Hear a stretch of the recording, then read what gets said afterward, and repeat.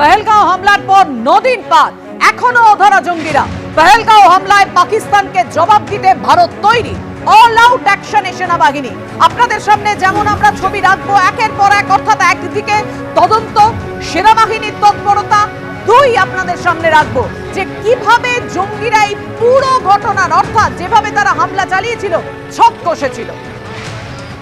अब सीधे घाटी के लिए जो है वो निकल चुके हैं और एक जरूरी ऐलान समाप्त फरमाइए। UT of Jammu and Kashmir government ने जम्मू एंड कश्मीर इत्तेहाद अल मुस्लिमीन JKIM और अवामी एक्शन कमेटी JKACC को ममनुआ तंजीम करार दिया है। आप तमाम अवाम नास से इस्तदा की जाती है कि इन जमातों से अपनी वाबस्तगी ना रखें। कोई भी शख्स अगर इन जमातों से वाबस्तगी में पाया गया तो उसके खिलाफ सख्त से सख्त कानूनी कार्रवाई की जाएगी। एक जरूरी ऐलान समाप्त फरमाइए।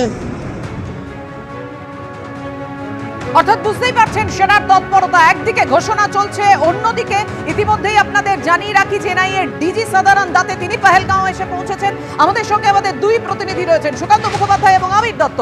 প্রথমেই সুকান্ত, তোমার কাছে আসবো। সেনাবাহিনীর তৎপরতা এক, অন্যদিকে এই মুহূর্তে এনআইএ ডিজি পহেলগাঁওতে, কি খবর তোমার কাছে? দেখো, 11টার কিছু পরে আজকে এনআইএ ডিজি সদানন্দ দাতে বৈশারণ উপত্যকাতে আসেন। প্রথমে তিনি পেহেলগামে আসেন এবং সড়ক পথে তিনি সরাসরি চলে যান বৈশারণ উপত্যকাতে।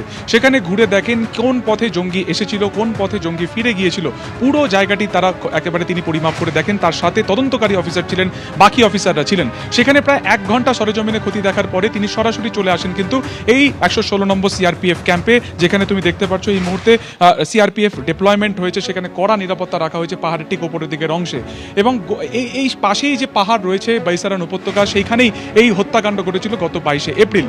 এখনো পর্যন্ত এনআইএ সূত্রে যেটা জানা যাচ্ছে যে গতকালকে তারা 3D ম্যাপিং করেছেন, তার আগে ঘটনা রিকনস্ট্রাকশন করেছেন।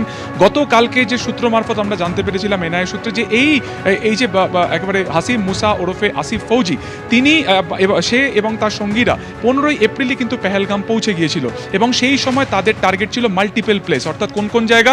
বৈশারণ উপত্যকা 1 নম্বর তাদের পছন্দ ছিল, দ্বিতীয়ত আরু ভ্যালি থেকে 11 কিলোমিটার নিচে অ্যামিউজমেন্ট পার্ক, অন্যদিকে চন্দনবাড়ি, চতুর্থ হচ্ছে তোমার বেতাব ভ্যালি। কিন্তু বাকি জায়গাগুলোতে যেহেতু সড়ক পথ এতটাই ওয়েল কানেক্টেড, সেখানে গাড়ি পৌঁছতে সেনার লাগবে কোথাও না কোথাও 5 থেকে 7 মিনিট। অর্থাৎ সেখানে যদি তারা অপারেশন চালাতো, সেখানে যদি তারা মেরে পালিয়ে যাওয়ার চেষ্টা করতো, সেনা তাদেরকে ধরে ফেলতো। তাই শেষ পর্যন্ত তারা 1 নম্বর যে চয়েস ছিল বৈশারণ উপত্যকা, এই কারণে চয়েস করে যে জায়গাটি হয়তো এখান থেকে 6 কিলোমিটার, কিন্তু এইরকমই এবড়ো খেবড়ো পাথরে ঘেরা, ফলত সেখানে যেতে বাইক বা ঘোড়াই একমাত্র ভরসা। সেনা মুভমেন্ট করতে কতটা সময় লাগবে পুরো ভৌগোলিক অঞ্চলকে পরিমাপ করার পরে হিসেব কষে তারা কিন্তু এই হামলা চালিয়েছিল। অর্থাৎ 7 দিন আগে এখানে এসে গেলেও একাধিক জায়গাতে তারা রেকি করে। এনআইএ সূত্রে খবর, এই আসিফ ফৌজি গত মার্চ মাসে যখন এই গোটা পাহাড় কার্যত বরফে ঢেকে থাকে মার্চে, সেই সময় সে আশ্রয় নিয়েছিল গুলমার্গে যাওয়ার চেষ্টা করেছিল।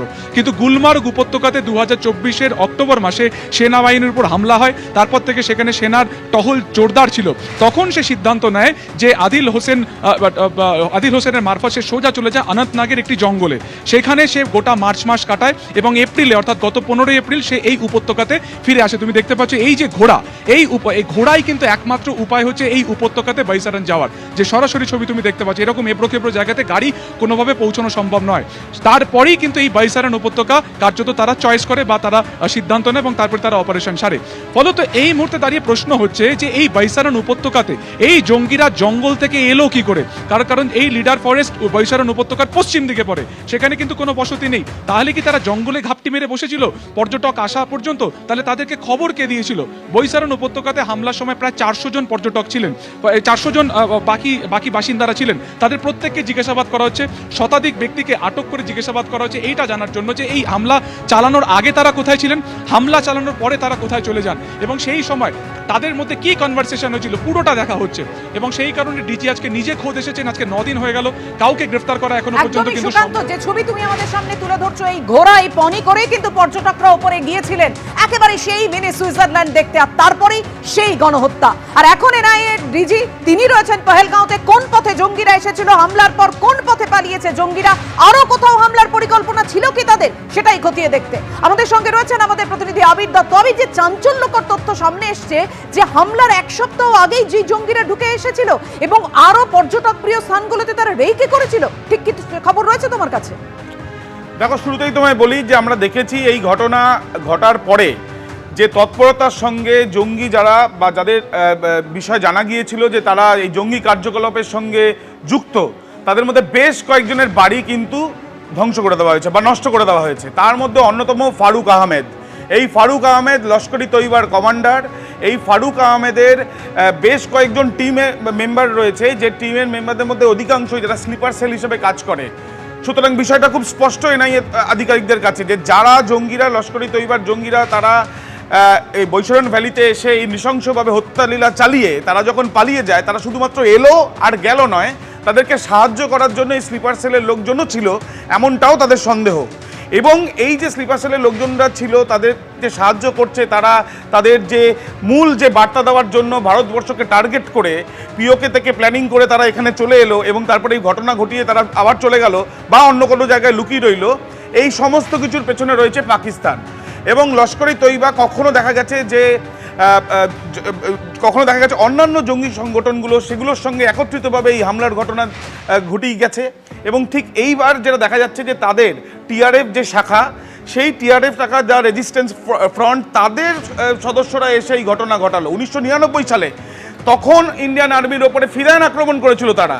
এছাড়াও একের পর এক ঘটনা ঘটেছে, আমাদের পার্লামেন্ট অ্যাটাক রয়েছে, মুম্বাই হামলা রয়েছে। মুম্বাই হামলার ক্ষেত্রে দেখা গেছে যে তারা রেকি করেছিল জলপথে, এবং পার্লামেন্ট অ্যাটাকের আগেও তারা কিন্তু রেকি করেছিল, সেই তথ্য তদন্তকারীরা সেই সময় পেয়েছিলেন।